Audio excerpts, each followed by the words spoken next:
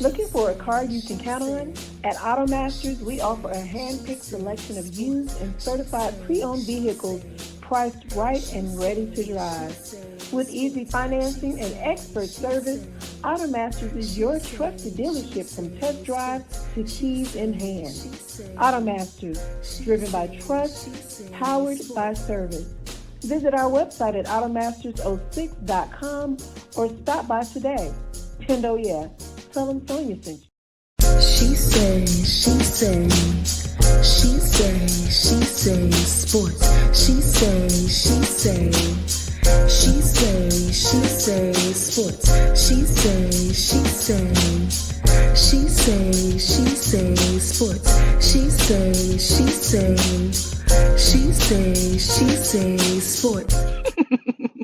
Hey y'all, it's your girl Sonia, and welcome back to She Say Sports.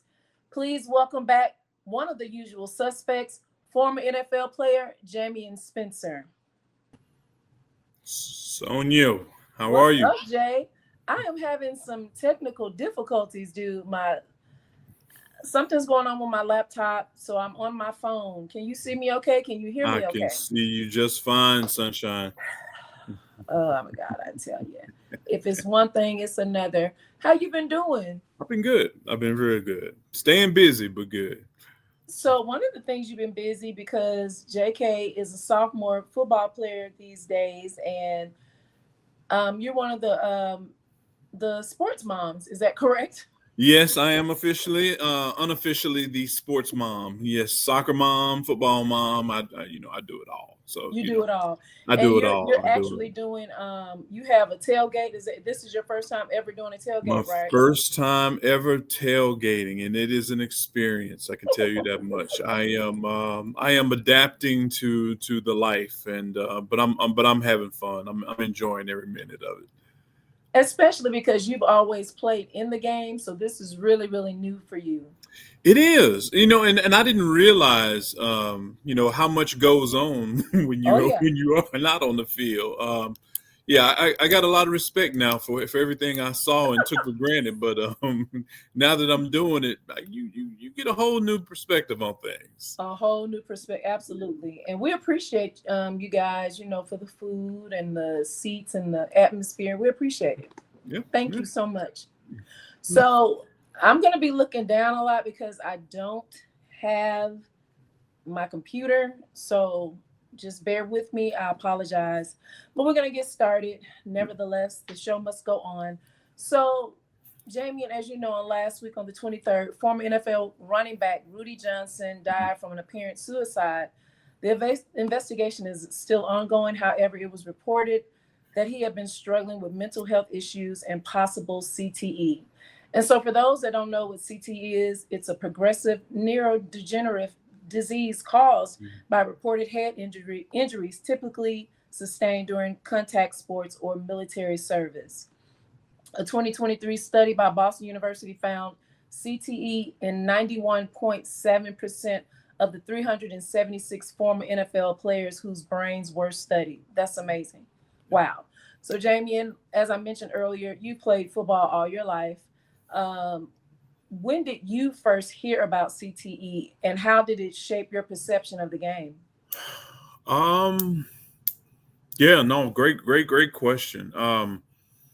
CTE was one of those things. I think, it really didn't gain a lot of traction until the early 2000s and after I was done playing. But I think I first really learned about the technical term CTE and linking it to football around 2005. And I was actually reading an article and really almost comically, really mocking this article that I was reading, but it was really linking one of the long-term punch drunk dementia pugilists.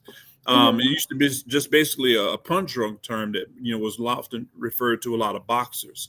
And so as I was reading this article, I was kind of going through and thinking to myself, like, there ain't no way they're going to, talk about punch drunk in football. But the more it kind of dug into it and it really talked about the CTE portion of it, it began to make a lot of sense. And, so that was the first time I really exposed myself to really what CTE was, the true definition of it, the impact, the symptoms. But as far as my perception, I really didn't link. I really didn't link the behavioral, the issues with CTE long term in football. My perception never changed. Because again, when you love your sport, you love your sport. It was my first girlfriend, my worst girlfriend, right?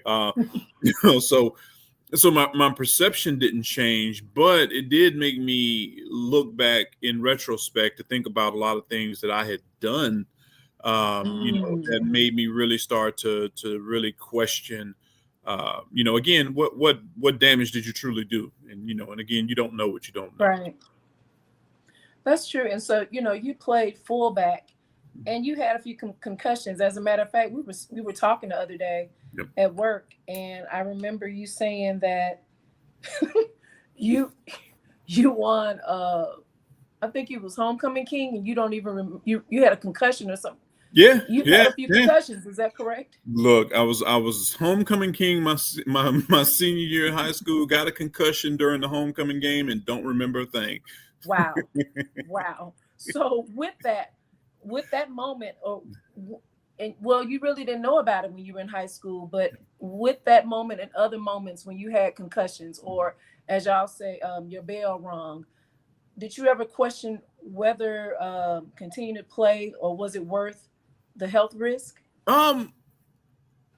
So let me answer the second part of that question. It was always worth it in my mind. Okay. I mean, that again, was your girlfriend. Right. that was my girlfriend, my first and worst girlfriend. So for me, it didn't really force me to think about it any differently, because, you ask any football player, you ask anybody who loves what they do or have a passion for what they do, you don't think about those things. You don't think about getting hurt, because, one of the cardinal sins that you have on the field is that the more you think, the more likely you are to get hurt, So, right. For me, it was still one of those items that, again, even knowing what I'm still going to choose it, so. Wow. Do you personally think you ever experienced any symptoms that made you concerned about potential brain trauma? I mean, outside of my bubbly personality, but no. Well, I think, and I'll tell you this much: it's scary.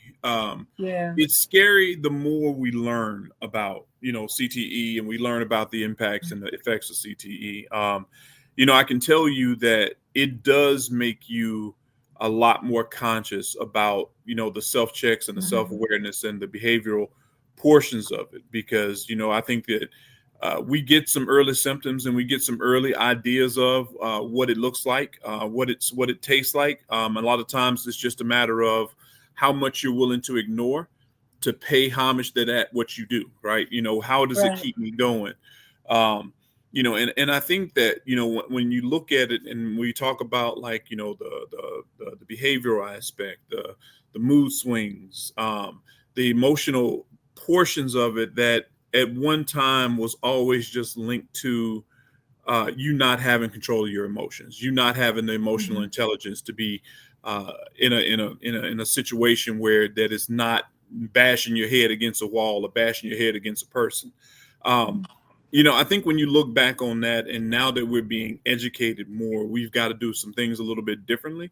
But personally, I think for me, it did make me look at and try and hopefully manage that emotional intelligence a little bit more to help the longevity of my quality of life. Because I think, as we've kind of dug into this thing and we're seeing, I think that irrational behavior isn't so far linked to the person you are on that field, because you really play that game in hopes of being one of two people. You are either going to be mortal or immortal.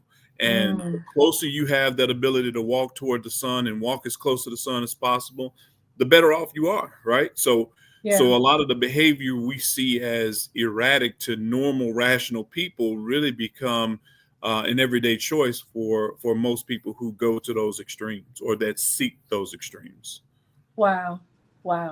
So, What was the locker room attitude like toward concussions? Were guys encouraged to play through them? You didn't acknowledge them. So Wow. When yeah, you say you didn't and acknowledge them, are you meaning if you got hit and you passed out on the field? Explain yourself. so yeah, so it was one of those things, like especially when I look at how we define concussions, and and again, education is everything, right? You got Right. grade 1, grade 2, grade 3 concussions, all linked to consciousness, unconsciousness, the really the transient confusion and everything else. But Mhm. to be honest with you, we came up during a time where, if you were on a field and you got knocked out, you were labeled as soft, right? If you Mm. didn't perform or you didn't go back, oftentimes they say you got your bell rung. You see three people hit the one in the middle, right? Your badge of honor and your really livelihood hinged on that label. And that was one of the things that was a big fear for a lot of players, especially during my time, is that you never wanted to be labeled as soft, because you were damaged goods. And a lot of times that would lead to the demise of losing your livelihood. And again, Mm. for a lot of people, that's a scary, scary thought, to be really, kicked out of your passion, involuntarily. So, Okay. it really became one of those things that, from a locker room perspective, no, you didn't talk about it, right? Um, you may have gone through multiple of them in a practice, but nonetheless, you shook it off. You got off the field. You figured out what it was going to take for you to be able to get ready for the next day, because you had to do it all over again, twice as hard. Wow. So, you said that you would be labeled as soft. I'm thinking about quarterback on the Miami Dolphins, Tua, Mm. and Tua has, I mean, people have been like, he really needs to retire. He Yeah. needs to, he's 32. Yep. Try to maintain some type of quality of life. Mm. What are your thoughts on him? Do you think he feels like he's going to be labeled as soft, or like you say, it's his worst and best girlfriend? He just Yep. didn't want to leave. Yep. Yep. Or could it be a combination of both? So I will tell you, life often has a funny way of reminding us about perspective, right? And that's the biggest thing that I've learned. And I think when you look at a guy like Tua Tagovailoa, you're really looking at the problem that we have with football and long-term mental health. Because I can tell you this much: what you're looking at is the personification of what we see as normal and what football players see as normal. Because when we look at a guy like Tua, from our perspective, what we see is, we see a father, we see a provider, we see a brother, we see a husband, we see a son, who has a lot of years to live after that game is over with. From Tua's perspective, from a football player's perspective, you're right where you want to be. And that is the ability to be able to come back, to keep battling, to keep fighting. And if you die on that field, then so be it, because you see that as more of your sacrifice to what you love, versus being able to walk out not on your own accord. And that is something Mm. that you basically live to see. So, as scary as it may look for us on the outside coming in, I can tell you it's an absolute normal thing for most folks inside of that bubble. Wow. That's amazing, because I know what you mean. He loves it, but he, like you say, he has a family. Yeah. So do you love the game more than you love your family? I, I guess I don't know. It's just I'm really concerned about him, and we Yeah. talked about him last season. I'm concerned. Well, here Um, and here's the flip side of it. Here's the flip side of it. And I know we're going to talk a little bit more about this later, but mhm. if you look at it from his perspective, and you say, okay, Tua, we see you, losing consciousness, losing, control of your limbs and bodily functions on the field. Um, you need to walk away. You need to walk away. But when you make a conscious decision to walk away before you're ready, the mental struggle that most players have in that transition back to normality, or what we see as normality, can be just as devastating as those hits on the field. Wow. Sometimes it's the struggle with being where you want to be versus being where you need to be. And when that want is still inside of you, that I think is one of the things that we haven't quite crossed or figured out how to cross yet. Because when you take football players out of that environment and you put them into normal life, things don't make sense anymore, right?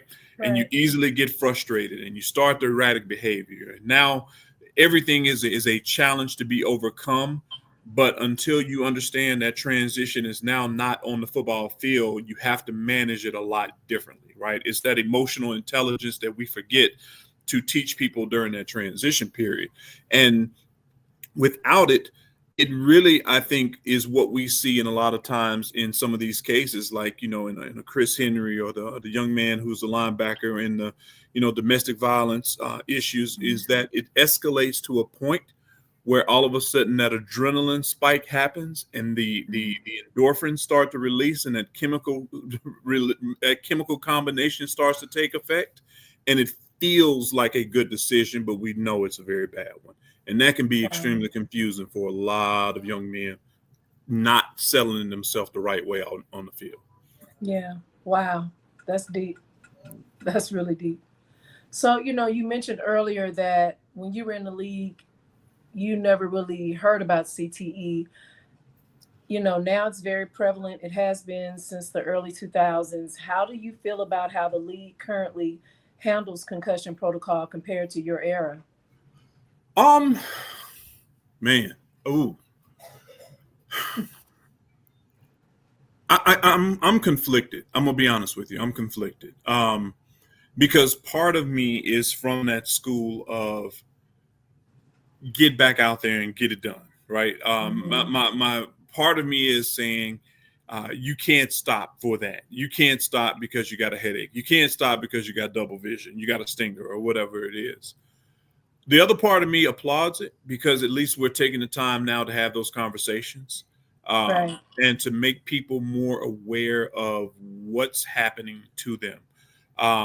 Even if it's a matter of doing it multiple times throughout a year. And I think it's bringing more of an awareness to, again, the things that we talk about even in our normal everyday lives, right? You go to the doctor, you get checked out, you pay attention to your blood pressure. You can't ignore your blood pressure. You end up having a stroke. You have to take advantage of your digestive health. You have to be able to take advantage of the things that are going to be those resources.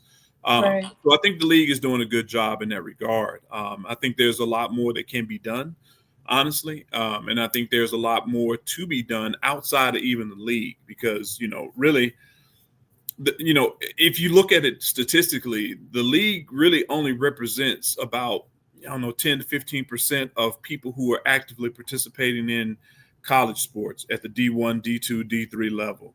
High school sports. When you take, 85-man rosters and you multiply it over, 132, 150, 100, 200 teams, it's a lot of heads that are being impacted on a regular basis. And again, if we don't start with the education and the trainers and the admins and the coaches, there's no way that you're ever going to filter that message down and that awareness down to the players, because those will be the last people to receive the message, because again, they are not applauded for the decisions they make towards their health. They're applauded for the decisions they make that sacrifices their health, right?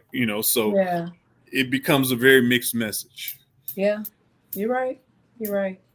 So unfortunately, CTE can only be diagnosed after death. Yeah. Do you think that adds to the fear and mystery of surrounding it? Oh, absolutely. Absolutely. I mean, we fear what we don't know and what we don't understand. And I think too, even from a football player perspective, is that the for us, the unknown isn't necessarily the worst thing in the world, but it's always going to be considered a challenge, right? and no football player ever thinks it's going to happen to them, right? We think we are 8 foot tall, we're bulletproof, we're indestructible. So there's no way this is ever going to happen to me. An injury won't happen. And half of it becomes too, like I said earlier, if I go into this thing thinking about getting hurt, I will get hurt. So if I go into this thinking about, hey, I may get knocked out, it may not necessarily be the right situation for me. And we've seen too many people who have those thoughts, and the moment they really start to turn on their brains and thinking and turning off their instincts, they leave themselves defenseless. Yeah. Wow. That's true. So Jameion, I'm interested to hear what you say about this. So I know we're gonna live until we're 120. So don't fight me on this. 400. We're gonna be here. That's what I'm going for. However, when we do leave here, when you leave here, would you consider donating your brain for research? Why or why not?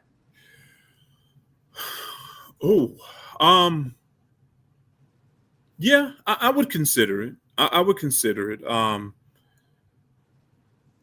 would consider it, especially for the greater good. Because I think there's things to be learned in numbers, no matter what your experience level was. I think it's a lot to be learned, especially with what we know. Because again, I think the people that we're concentrating on right now are the NFL Hall of Famers, the known names that played multiple years in the league. But you realize that it's a matter of wear and tear. They're the ones who are still running the marathon. But, at what point do we really have to understand that we really start to do damage? Is it at that rookie level in the NFL? Is it in college? Is it when you're in high school?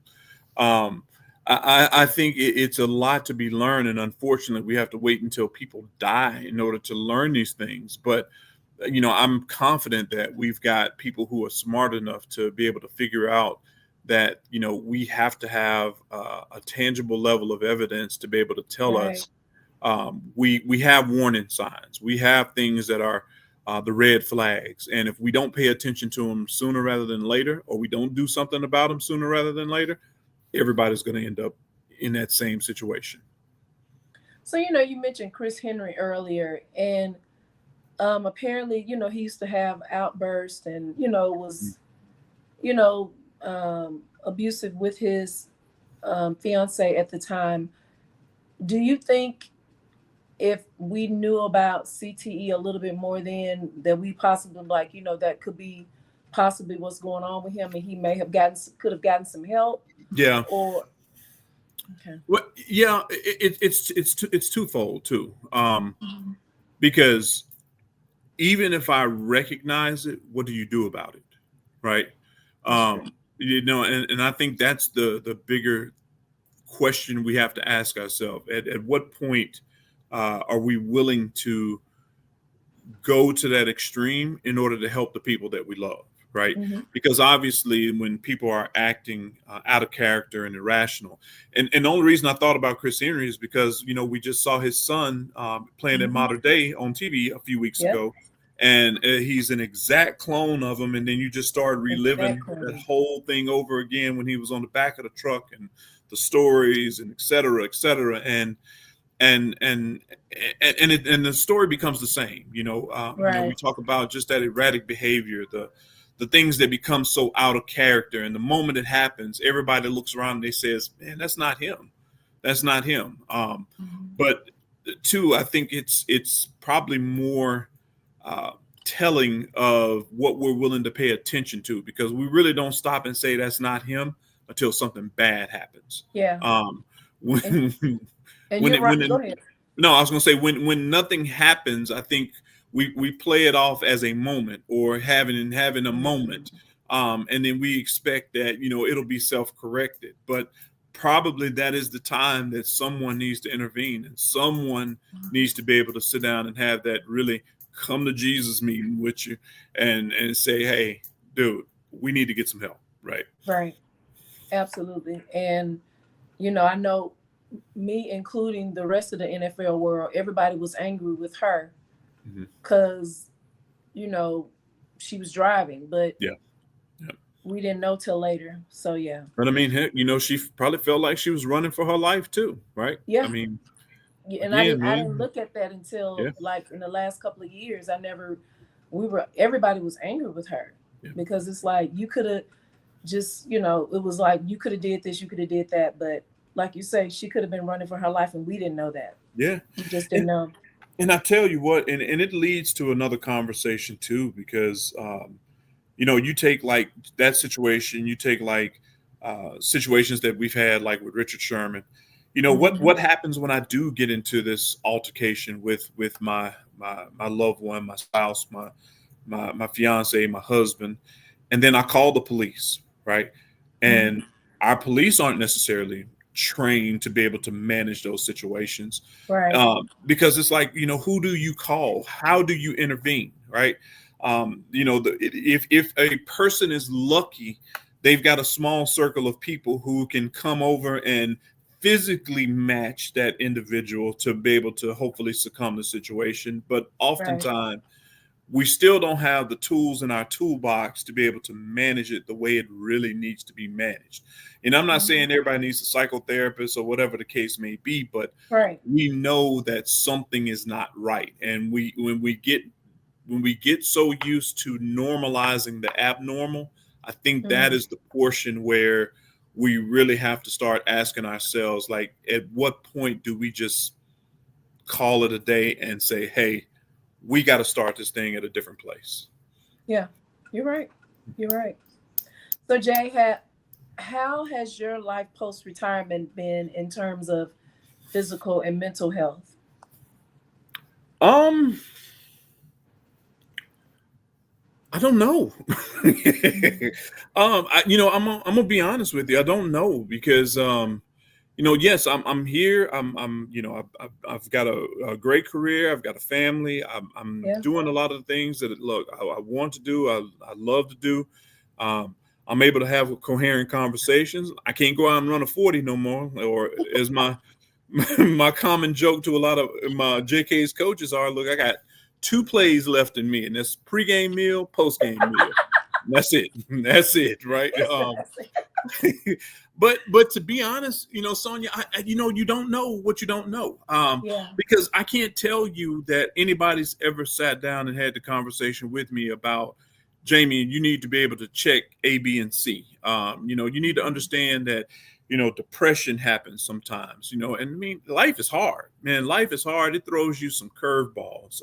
Yeah. You know, and the old motto sticks no matter what you do, is that, you know, look, life is 90% of the things that happen to you don't matter until you react to them. I mean, so, and that reaction is what everybody remembers. So, you know, I think from a mental health perspective, I don't know. I don't know. I think I try my best. My motto is that I try my best to get every ounce of life out of every day, because you never know which one is going to be your last one. Yeah. But at the same time, and you know, I know there are some times that you have that aren't as optimistic. Your perspective isn't as Absolutely. cloudy. Yeah. Your mood changes. I can tell you, I have moments where I definitely want to, you know, crawl into my shell and be silent. Look, I know y'all laugh at me, but I tell you this much: I'm as afraid of a crowd these days as I've ever been in my life. You know, I'll show up at a party and I'm looking for the door. That's it. You know, Right. so I never knew that. And guys, I've been knowing Jamie, and it'll be 11 years in November Yeah. since I met him. We both work at the same company. He's a manager there. And he's been the same.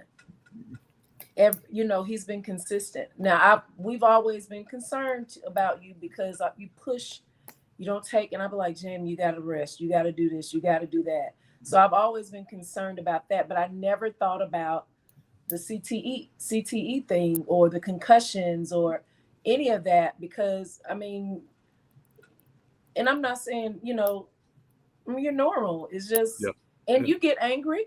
I've never seen it, but I think you're the type, because he's so mild mannered. I think when he snaps, you can't turn him off. Yeah. Whereas Yeah. I snap and I be like, and whatever, and I'm done with it. And then I'm like, hey, what you want to go get something to eat? Or if I'm very angry, I pull back in my shell and I'm gonna pull back for a minute. But it's just the all around great guy. I just be concerned about your, you do so much. Yeah, and I think too that kind of goes along with it, right? Because I think as I'm learning to self-inspect things, I'm learning more about my limitations, right? I'm learning more about myself, the things you can take, the things you don't take, the things you need to do, right? The anger part of it. Yeah, once upon a time in my life was a very valuable tool in my toolbox, right? To be able to flip that switch, react, respond, and then flip it off I was a master at it. But I did realize that once I got out of my sport, once I got out of football, flipping that switch on a lot of times was misinterpreted a lot, right? And I realized very quickly that my anger went to a level that most people really quit hearing what I was saying and responding to what I was doing, right? And, yeah. and it takes you to that extreme, right? Right. I can remember being in, being in some situations where, you were backed in the corner and I had to flip tables or throw lights off a truck and all this other stuff. And then I wanted to bring it. Which for me, it was getting a point across. But for other people, that may have been threatening somewhat, right?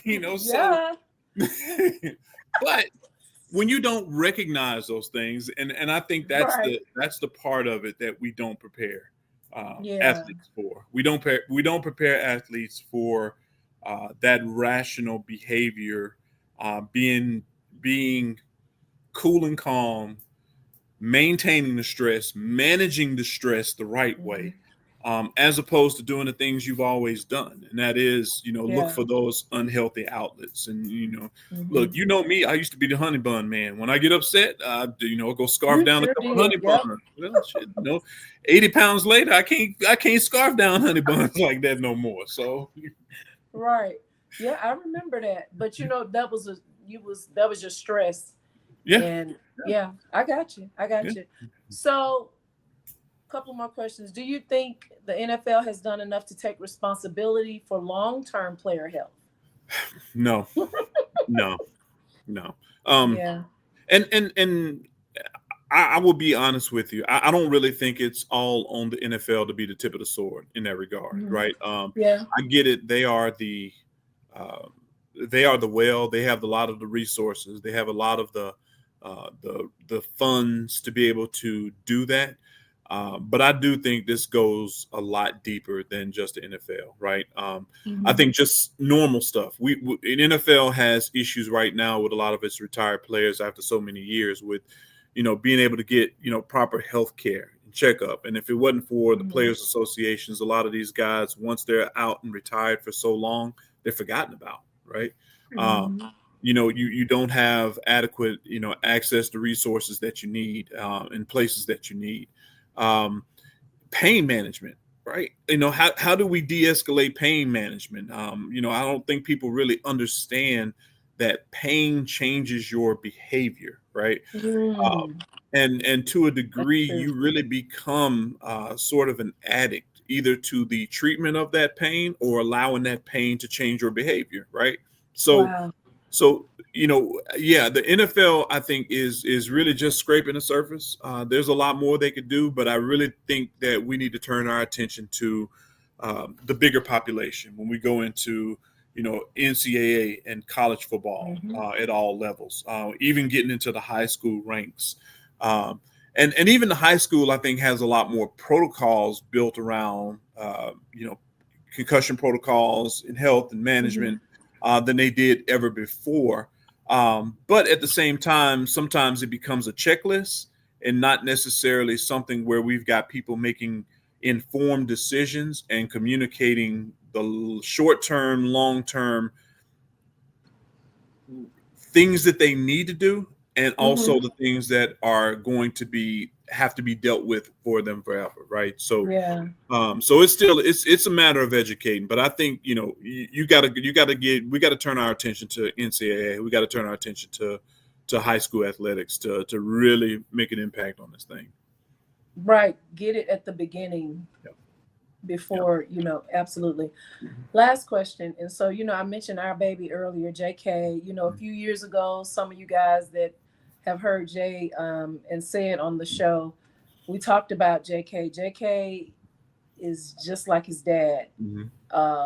He is built for football. He is built for the NFL. Oh, yeah, he's a big boy. He's built for it, just like his dad. However, a few years back, even though he was built for football, he wanted to play soccer, and we was like, oh God.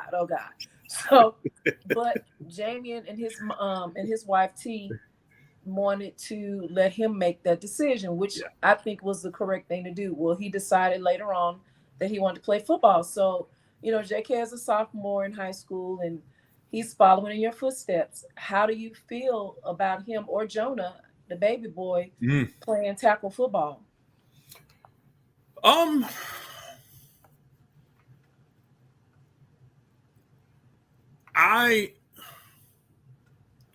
don't have a problem with it.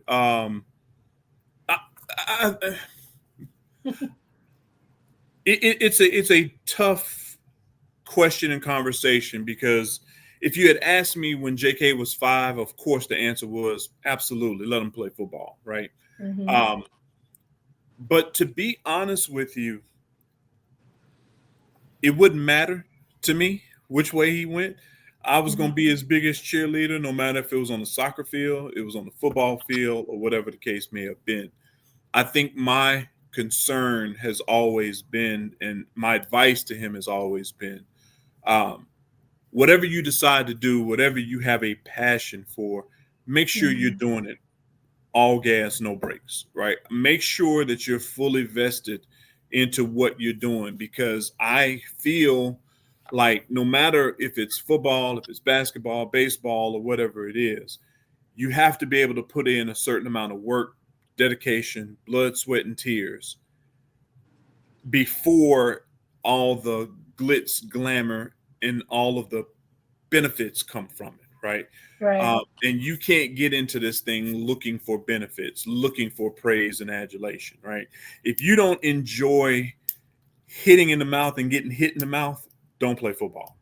If you don't really get a thrill out of the sense of hand-to-hand combat and competition at the highest level, don't do it. But so I think for me, yes, I'm very happy he is playing, but I really appreciate and love to see him enjoy it. I want to see him have fun. I want to see him fall in love with it the way I fell in love with it, right? Even though I look back and I say I definitely wish I had taken time to enjoy it more. My wish for him is to, dude, have fun with it, right? Be a kid. It's only gonna happen once, and I don't think I think so much about the health benefits or the health risk as much as now being an informed parent. You do look at things a little bit differently, right? Because now I am questioning this high school facility, like what type of helmets you got? Do you have the adequate knee braces? Do you have the adequate equipment? Mouthpieces? What are you doing? Why don't you have it? Right? So it gets on his nerves. I know, and I know I get on his nerves, but at the same time, as a parent, I do get concerned because I see kids. I see kids using bad form, bad tackling. And I think about, all the things that I've seen on the field. And I'm saying, you want to say, dude, coaches, what are y'all doing? What are you teaching these dudes? It's not about a 7-on-7 scheme and RPOs, but how about we get back down to some blocking and tackling, right? It's scary too, because as much as you want to hold on and help guide them through this thing, you have to let go. Yeah. You have to let go. You have to keep them prayed over for the most part, Covered in the all the blood. time, Absolutely. right? But at the same time, look, I know it's his journey. It's his journey, and I try my best to back out and not say anything, and try to be a fan, and try to do the tailgating, and be the soccer mom, be the football mom, all I can be, because I feel like just like my father and my mom were, when I looked at that fence and I knew where they were, it was a difference. It was a level of support, and I knew no matter what the outcome of the game was, no matter if I was good or bad, I knew I was loved, right? So and that's what I want to make sure that he understands. That's beautiful. I love you, JK. That's so sweet. And Jonah, they're my babies. Jay, thank you so much for being on the show today, being very transparent. I know this can be hard because you played with some of the guys that had CTE and never knew their demise was gonna, how it was gonna end for them. But thank you so much. And we're gonna play my game, What You Know, but this time it's gonna be a little, because we're gonna talk about some of the players that actually was diagnosed with CTE after their deaths. So it'll be a little, maybe a little tough, but I want to bring awareness to let people know, especially sport parents, especially, football or any game that they play, that's dealing with their brain or concussions and stuff. It's really important to know. Okay, the first one, this former New England Patriot was primarily charged with murder in connection to deaths of 3 men. He was found guilty of the first-degree murder and weapon charges in the death of Odin Lloyd in 2015, receiving a life sentence. However, he was acquitted of the double murder charges in 2017 and died by apparent suicide a few days later. Do you know who that is? I know you do. Mr. Aaron Hernandez. Yep. He was so cute. Oh my gosh. I'm sorry. He was. Rest in peace, sir. This linebacker, who played 20 seasons, mostly with the San Diego Chargers, died by suicide in 2012 at his home in Oceanside, California, at the age of 43. After his death, examination of his brain by the National Institutes of Health revealed he suffered from CTE, and it was linked to repeated head injuries. And we talked about him earlier. Do you know who this is? One of the greatest to ever play that position, Junior Seau. Yes. Oh. So heartbreaking. Yes. This Hall of Famer and sports broadcaster died of natural causes 1 week away from his 85th birthday in 2015. Though an autopsy confirmed he has CTE linked to head trauma from his football career, his family stated his death was from natural causes, but also confirmed his CTE diagnosis to raise awareness for medical research into head injuries. Do you know who that is? Had to be Frank Gifford, right? Frank Gifford? Yeah. Yep. And I did not know that. Yeah. I was like, wow, I didn't realize that part. This former Kansas City Chief linebacker died on December 1st, 2012 in a murder-suicide, killing his girlfriend, 22-year-old Cassandra Perkins, before driving to the Chiefs training facility and shooting himself in the head with a handgun. Autopsy examination of his brain after his death revealed signs of CTE. Oh, what was his name? Kansas City Chiefs, yes, linebacker. It was what was his name? I'll give you his initials, JB. Javon Belcher. That's right. That's right. Yeah. Last one, we discussed him earlier. This former Cincinnati Bengal died on December 17, 2009 at the age of 26 from blunt force head trauma after falling from the back of a pickup truck during a domestic dispute with his fiancée. Police classified death as an accident and no charges was filed against his fiancée. An autopsy later revealed Henry had suffered from CTE and it contributed to his behavior. Yeah, Chris Henry. Very unfortunate. Gone too soon. All of them gone too soon. Say that again. I say all of them were gone too soon. Yeah. All of them gone too soon. Rest in peace to all of them. It makes me sad. I was really sad about Rudy last week, and I saw his last video he put up a few days before the apparent suicide, and it was like he was saying goodbye. Yeah. And I pray for the families, and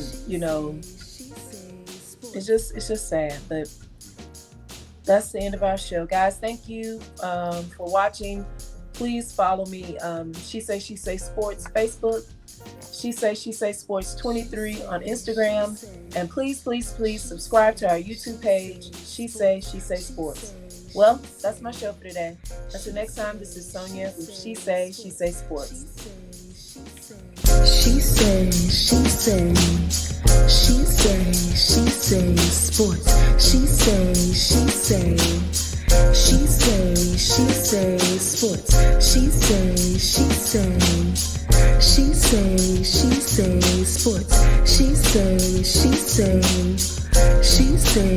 say sports.